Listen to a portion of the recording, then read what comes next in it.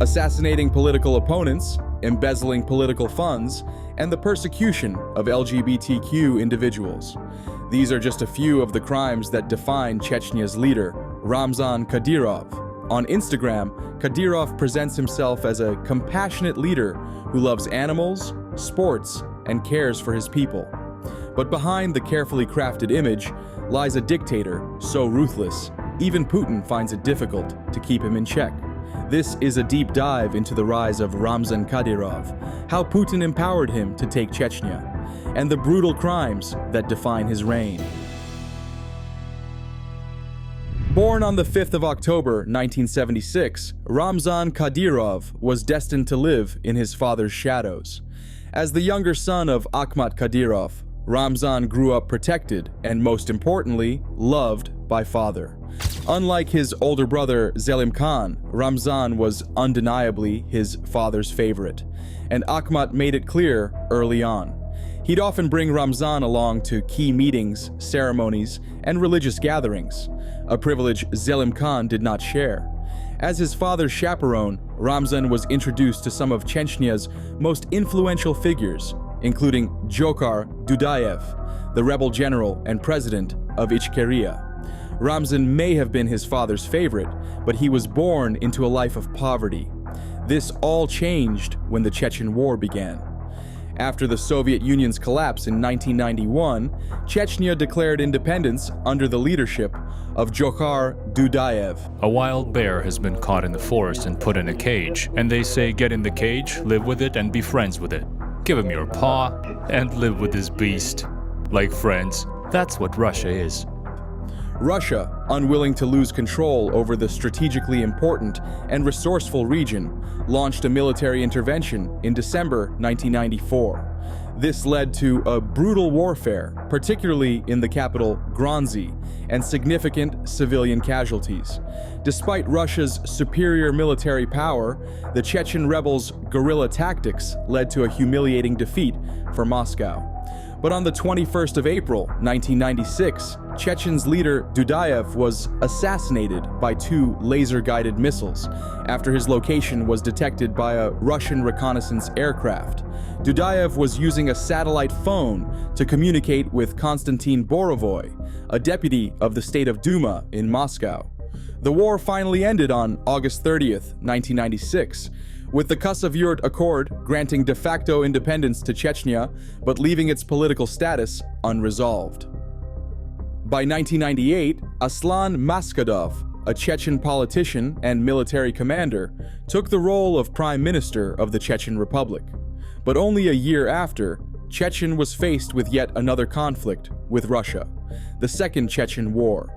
During the First War, Akhmad Kadyrov supported the independence of Chechen. He and his militia, Kadyrovtsi, helped repeal the Russian army. But during the Second War, he had a change of heart. He realized that, unlike the First War, the separatists were fractured. And above all, Moscow had the resources to reward loyalty.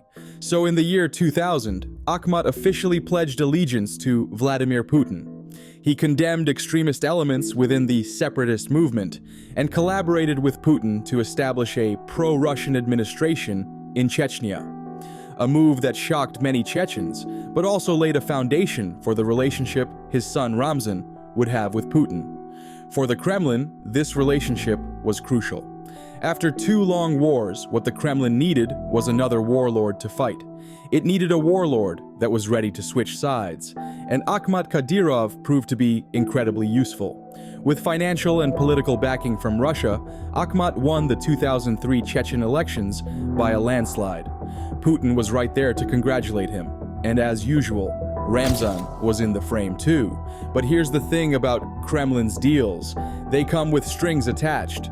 Akhmat was expected to deliver results fast, but the only way he could do this quickly and effectively was through force, and that's where Ramzan came in. During this period, Ramzan wasn't just Akhmat's son, he was his enforcer. While Akhmat played the diplomatic game with Moscow, Ramzan was building his own power base back home. He commanded an armed militia that acted as both his father's private army and a tool for the Kremlin's dirty work. Their job was to hunt down separatists, silence dissent, and ensure Chechnya stayed in line. Brutality wasn't just tolerated, it was encouraged. The situation in Chechnya got really messy. Kadyrov's men were taking out real terrorists, sure, but alongside them, random civilians were being murdered, just so they'd have something to show Russia and keep the reports coming. Ramzan offered a cash reward, $3,000 to $5,000, for anyone who brought him two things: the severed head of a militant and their passports. No questions asked, no other proof needed. It didn't take long for people to exploit the system. They started killing their personal enemies, cutting off their heads, and claiming they were militants. Despite these crimes, Ramzan managed to stay on the good side of the Russian security services. In the early 2000s, he even dated the daughter of one of the deputy directors of the FSB, according to someone who knew him at the time. His father, on the other hand, didn't have it so easy with Moscow's power players. During the first 6 months of his presidency, he faced constant pressure from Kremlin bosses. According to a former family acquaintance, in the spring of 2004, Akhmad Kadyrov came back from a trip to Moscow visibly shaken. "I'm not going back to the Kremlin again," he reportedly said. A retired Moscow official confirmed that the relationship was tense. One major point of conflict was that Akhmad demanded a cut of the revenue from local oil sales, but Moscow flat out refused. Plötzlich eine gewaltige Explosion. Bei der Ehrentribüne detoniert ein Sprengsatz. Then, everything changed in an instant. On May 9th, 2004, during a Victory Day parade at Dynamo Stadium in Grozny, tragedy struck. Akhmad Kadyrov, Chechnya's newly elected president, was assassinated in a deadly explosion. Präsident Kadyrov wird verwundet und stirbt später an den Folgen seiner Verletzungen. Unter den Toten ist auch der Staatsratsvorsitzende Hussein Isayev. The official narrative blamed separatists, but whispers of foul play lingered. Some suspected rivals, others pointed fingers at Moscow itself, and a few even wondered if Ramzan had played a role in the assassination. For a man who was always by his father's side at important ceremonies, he was oddly absent at the parade. Instead, he was in Moscow, meeting with Kremlin officials. And within hours of Akhmad's death, Ramzan was being photographed with Vladimir Putin, accepting condolences in a blue tracksuit.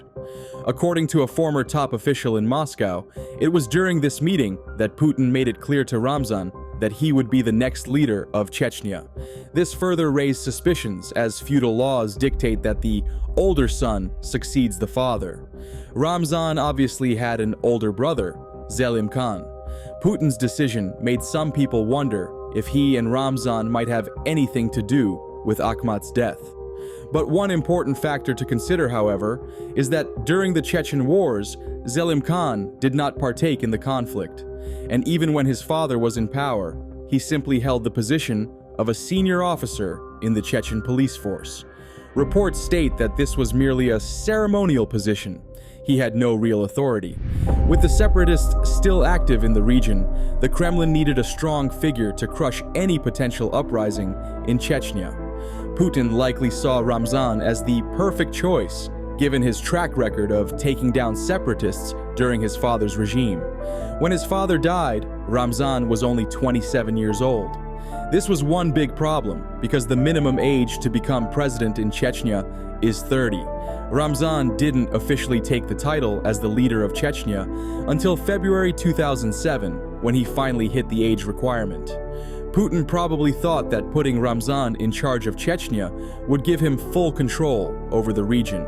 But he couldn't have been more wrong. Under Ramzan's rule, Chechnya has essentially broken away from Russia's legal system and now operates under Sharia law.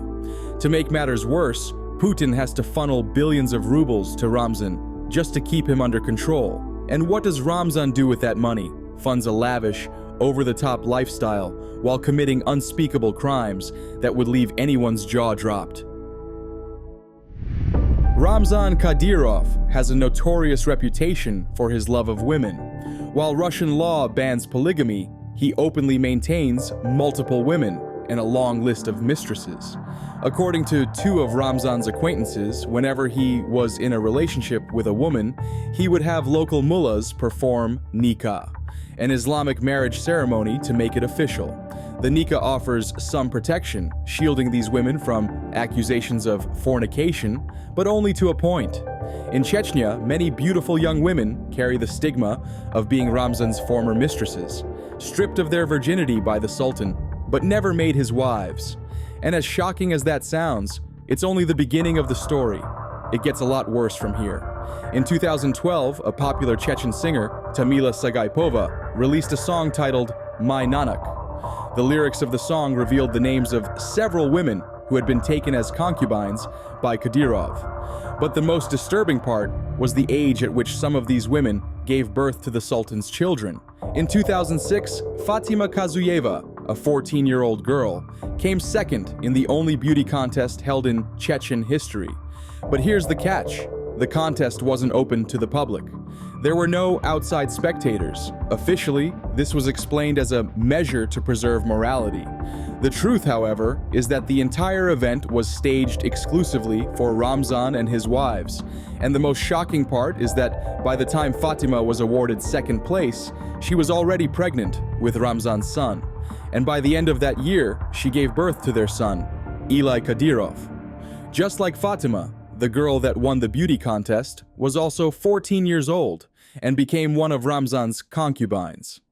Zamira Jabrailova, now 32 years old, had grown up without a father. He was killed during the Chechen Wars, and according to sources close to Kadyrov's family, just a year and a half after the contest, Zamira gave birth to a son for Kadyrov. According to an individual close to Ramzan, Kadyrov prefers virgin young girls, schoolgirls, or first-year students. He allegedly has an assistant who keeps contacts of many young Chechen girls. There have also been testimonies from people who claim Ramzan's men would catch beautiful young girls on the street on their way to school. Some of these girls were strictly forbidden by Kadyrov to even consider having his child. They weren't there to build a family, they were there purely for his pleasure. And any act of defiance was met with harsh punishments. A disturbing example of these punishments is the case of Zhaneta Mukuyeva. Her story was told by 3 people who knew both Ramzan's and her family. Although Zhaneta was one of the underage concubines, her story is no less tragic. Ramzan had known Zhaneta since they were young and was likely in love with her, but she ended up marrying another Chechen man, Timirbulat, at a young age. Back in the 90s, Timirbulat was thriving. He was involved in the infamous Aviso scam, earning the nickname Air Seller among Chechens. But the marriage didn't last. By the early 2000s, Zhaneta divorced him, leaving behind a young daughter named Linda. When Ramzan found out, he wasted no time in pursuing Zhaneta, the woman he'd been in love with since childhood. The two began dating, however, the romance ended in tragedy. On September 26, 2003, Zhaneta was gunned down in Gudermes. She was shot multiple times in the head and chest, right in the middle of the street. The official cause of death was listed as multiple gunshot wounds, but 2 people close to Kadyrov believe Ramzan himself ordered the execution, punishing her for some unknown offense. According to someone close to him, when Ramzan heard about Zhaneta's death, he was overjoyed. But here's where it gets even darker. Zhaneta was reportedly pregnant at the time she was killed. And in a bizarre twist, Ramzan renamed one of his gas stations in Grozny after her, supposedly as a tribute to his murdered mistress. That's just part of his twisted sense of humor, the source explained. Another of Kadyrov's concubines, who was also punished for disobeying orders, is Kumat Dadayeva. Although she didn't face physical punishment for crossing the Sultan, her career was completely destroyed. In the beginning, the young girl was frequently seen in the news alongside Ramzan, introduced as his assistant. She oversaw the Iman Women's Club, a group of female supporters loyal to Kadyrov. Ramzan frequently held meetings with the club and publicly congratulated Kumat on her birthdays, wishing her happiness in her personal life. However, after 2017, for unknown reasons, he stopped meeting Kumat and demoted her to a much lower position. The singer Tamila Sagaipova, who wrote the song exposing Kadyrov's harem, faced punishments as well. After meeting Ramzan, she formed a close relationship with someone else. This didn't sit well with the Sultan, so Tamila was brutally beaten. And he didn't stop there. Shortly afterwards, Tamila was wiped off the Chechen pop scene, and all her songs were removed from the internet. Kadyrov doesn't hesitate to punish women who defy him. But for those who stay obedient, it's a completely different story. He showers them with money and lavish gifts. At first, they all lived together in one of the newly built apartment complexes in the center of Grozny. But later on, he gifted each woman luxurious homes in the most secure area of the Chechen capital, right behind his main residence. And when he is less busy, Ramzan enjoys taking his harem on trips to Dubai. According to an eyewitness, Kadyrov's concubines spend their time there, playing mafia with their nanak. Although many of these women had no choice in being Kadyrov's concubines, the status that comes with being the mother of an heir to the Sultan is highly regarded, and no one enjoys this honor more than Medni Kadyrova. Officially, she is presented by Ramzan as his only wife, in line with Russian law. Like all of Kadyrov's women, Medni is incredibly wealthy, and to keep her assets under wraps, Kadyrov created a fake identity for her. A second passport under the name Medni Musayeva. According to Kadyrov's propaganda, by the age of 42, Medni had given birth to 14 of his children. However, this is completely false. Ramzan takes the children from his concubine, women he cannot legally acknowledge as his wives, and claims they are birthed by Medni. Maintaining a lifestyle like Ramzan Kadyrov's doesn't come cheap. To fund it, he's resorted to extreme measures, stealing directly from public funds, but moving that money can be quite difficult. So Ramzan came up with a system so effective, it is nearly impossible to beat. Chechnya's entire economy is under Kadyrov's control, and it's not even a secret. They openly register government assets in their own name. According to Spark data, several high-profile assets are registered under Ramzan's 19-year-old daughter, Tabarik. These include the Minutka shopping center and the Tianala Hotel overlooking a scenic reservoir just beside the Chechen capital, and even the Grozny taxi company. And it goes even deeper.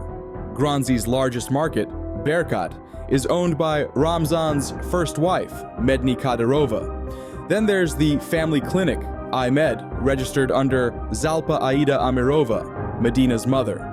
This foundation has been one of the family's most profitable establishments, yet it refuses to disclose its financial records. It completely ignores legal requirements and no one holds it accountable. Kadyrov uses the clinic to funnel massive amounts of money collected as tribute from both major businesses and everyday Chechens straight into the family's account. Then the money is sent into shell companies, which secure lucrative government contracts. It's a well-oiled system for siphoning state funds. Kadyrov extracts massive budget allocations from Moscow, only to redirect that money to his own companies. Take Megastroy Invest, a subsidiary of the foundation. According to data from the Contour, this single company has raked in government contracts worth a whopping 24 billion rubles. And that's just one example. There are plenty more. Kadyrov's corruption is as clear as daylight, but he knows that the Kremlin finds him too useful to prosecute him. So that's his advantage. Another key figure in Kadyrov's circle is Movsadi Alviev, a neighbor from Tsentaroy. Alviev owns the Shali City Hotel, located in the district center of Shali. He also controls the architectural organization Chechen Prukt, which consistently wins government construction contracts, and electric communications in the Chechen Republic, the main provider of internet services in the region. But that's not all. Alviev also owns the Grozny City Company, which holds stakes in a wide range of Chechen businesses, from halal burger chains to car dealerships. And if that's not enough, his Onyx company handles waste collection across Chechnya. In short, Alviev doesn't just have a hand in Chechnya's economy, he practically runs it. And it's all thanks to Ramzan Kadyrov. Ramzan has stacked the Chechen government with his own relatives as ministers and placed his cronies, nominees, and even his neighbors in charge of front companies. In return, his ministers funnel state money straight back into these companies through lucrative government contracts. But how exactly does all this stolen money circle back to Kadyrov's pocket? Well, that secret lies in Benofon, Orbita, and Izumrud. On paper, these companies are among the top earners in Chechnya, according to Spark data. Reports claim the companies control combined assets of 150 billion rubles, over $1.5 billion. However, companies of this scale simply don't exist in Chechnya's economy. The only logical explanation would be that these companies are fronts for Ramzan to funnel stolen budget money or collect payouts from businessmen who rely on his protection. A good example is Akhmad Kadyrov, Ramzan's nephew and the mayor of Grozny. As mayor, Akhmad controls an annual budget of nearly 8 billion rubles. And out of that, he funnels about 1.5 billion rubles to Benofon, under the guise of contracts for school repairs and city improvements. But here's the sketchy part. The mayor's office doesn't just transfer the money in bulk. Instead, it's split into 1,400 nearly identical payments. This contract clause appears quite shady. The mayor's office feels like a middleman, siphoning money straight to Benofon. And this is just the beginning. In 2023 alone, Benofon reported a staggering revenue of 64 billion rubles. That's nearly $700 million, or about half of Chechnya's entire annual budget. With such massive cash flow, one would expect Benofon to operate out of a prestigious office in central Moscow, staffed with a team of professionals managing legitimate operations. However, the reality is far from it. The company reportedly has just one employee, an accountant, tasked with submitting falsified reports to the tax authorities. The process involves the majority of Benofon's revenue funneled through a network of 100 private companies and governmental organizations, creating the appearance of a legitimate enterprise.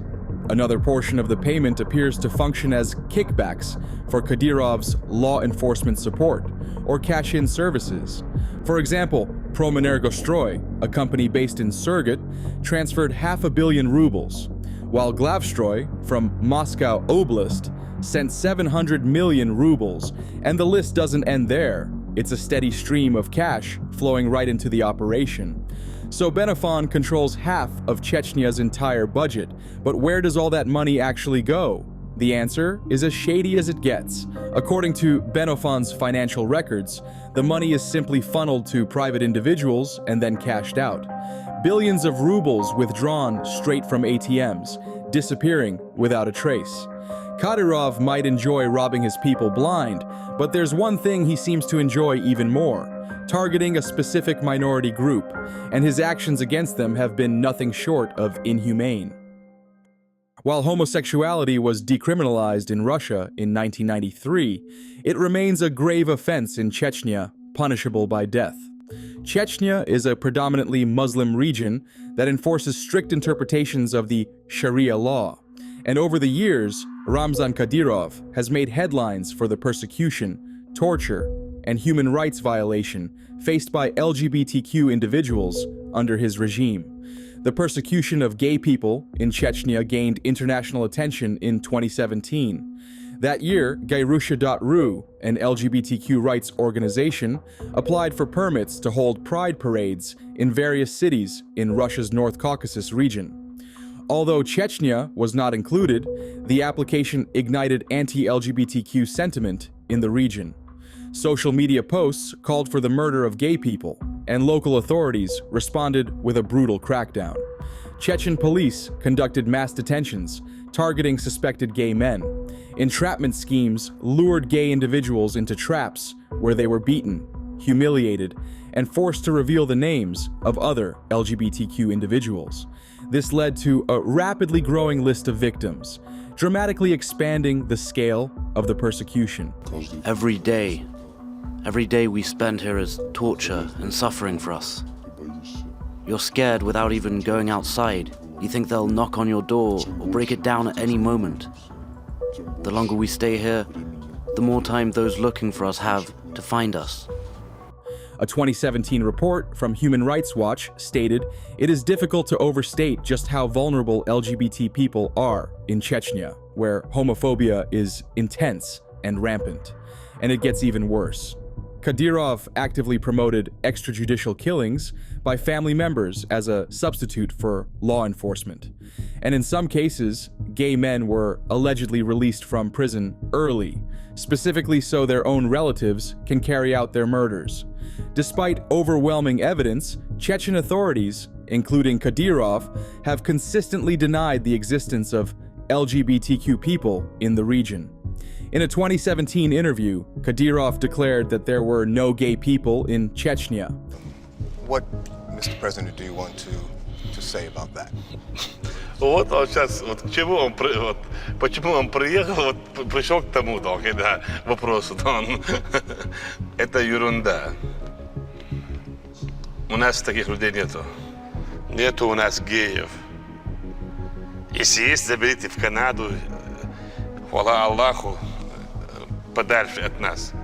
Аузу билляхи минаш шайтанир раджим, да, чтобы не было, да, чтобы очистили кровь, там, если есть таких, пусть забирают. According to eyewitnesses and independent investigations, there are clandestine prisons where LGBTQ detainees are subjected to inhumane treatments in Chechnya. These facilities, located in places like Argun and Tsotsi Yurt, housed dozens of victims in cramped cells. Survivors report being beaten with pipes, tortured with electric shocks, and humiliated daily. According to interviews with escapees published in Novaya Gazeta and The Guardian, 30 to 40 people are crammed into a single room no bigger than 2 to 3 meters. Many are held there for months without ever facing trial. In May 2017, reports revealed that the Argun facility had been destroyed and buried under demolition rubble, with its prisoners quietly relocated to an unknown location. Investigators believe the prisoners were likely moved to a special police force training base in Terek, about 60 kilometers from Argun. However, when they tried to access the base, they were denied entry under the pretense that training is taking place.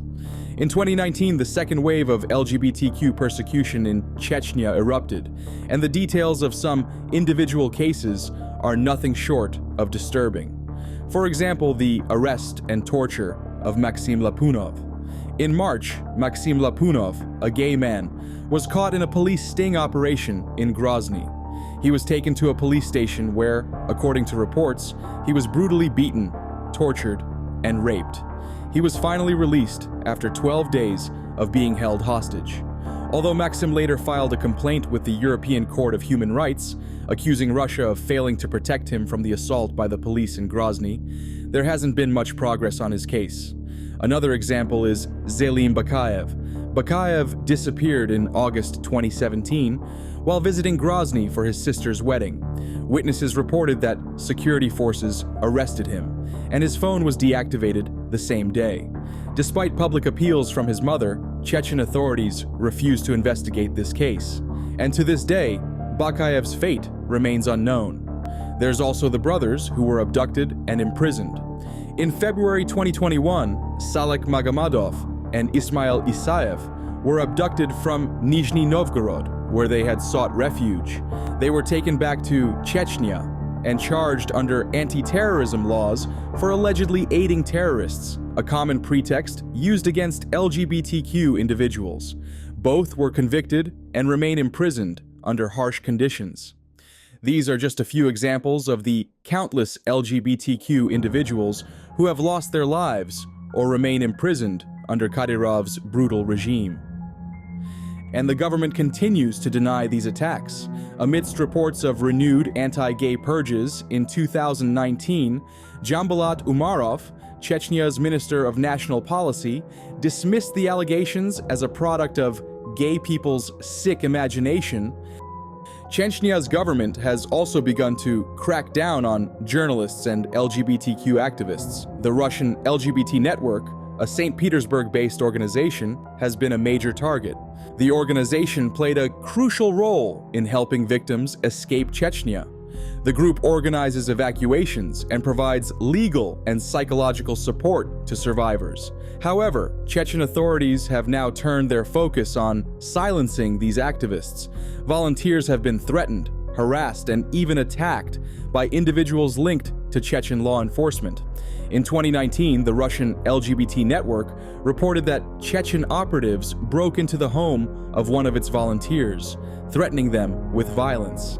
Despite these risks, the organization continues its efforts to document abuses and bring international attention to the plight of LGBTQ Chechens.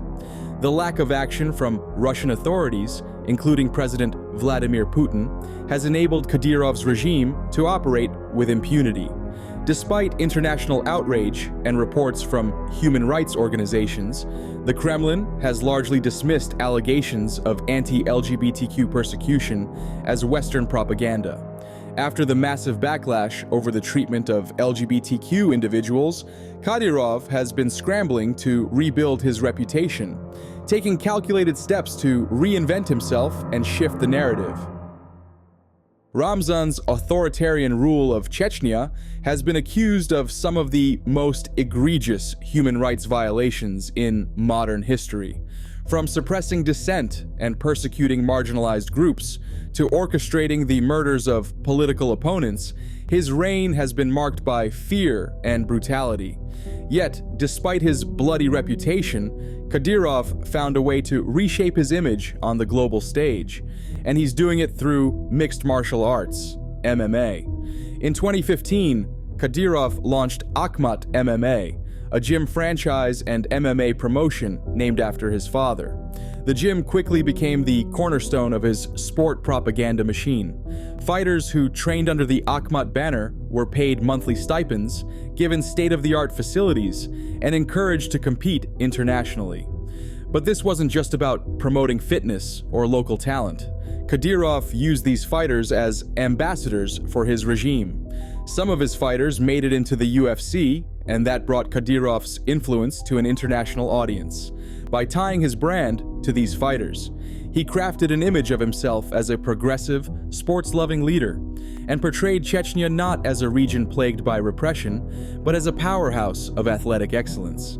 Kadyrov didn't stop at building a fight club.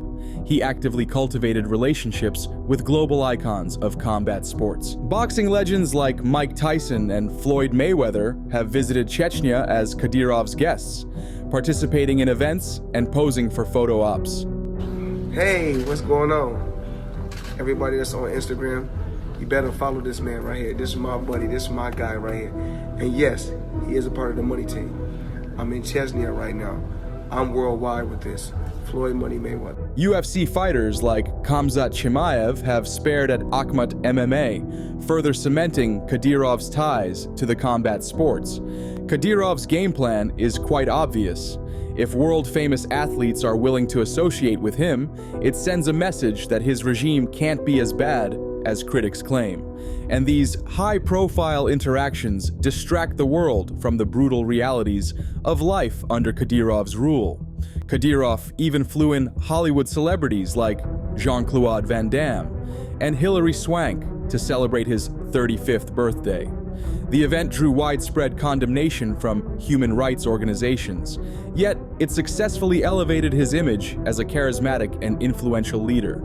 Historically, Islamic traditions discouraged practices like prize fighting and men wearing shorts, both of which are central to MMA. But under Kadyrov's regime, these traditions have been reinterpreted to align with his vision of masculinity. Kadyrov has promoted MMA as a symbol of strength, discipline, and nationalism. He has hosted televised events featuring fighters from his gyms and used these platforms to project an image of Chechen men as warriors. Kadyrov's obsession with MMA extends to his own children. In 2016, he celebrated his 40th birthday with a televised MMA event featuring 3 of his sons, who were then aged 8 to 11. Despite the fact that full-contact fights between children are illegal in Russia, Kadyrov's sons participated in matches that were broadcast nationwide.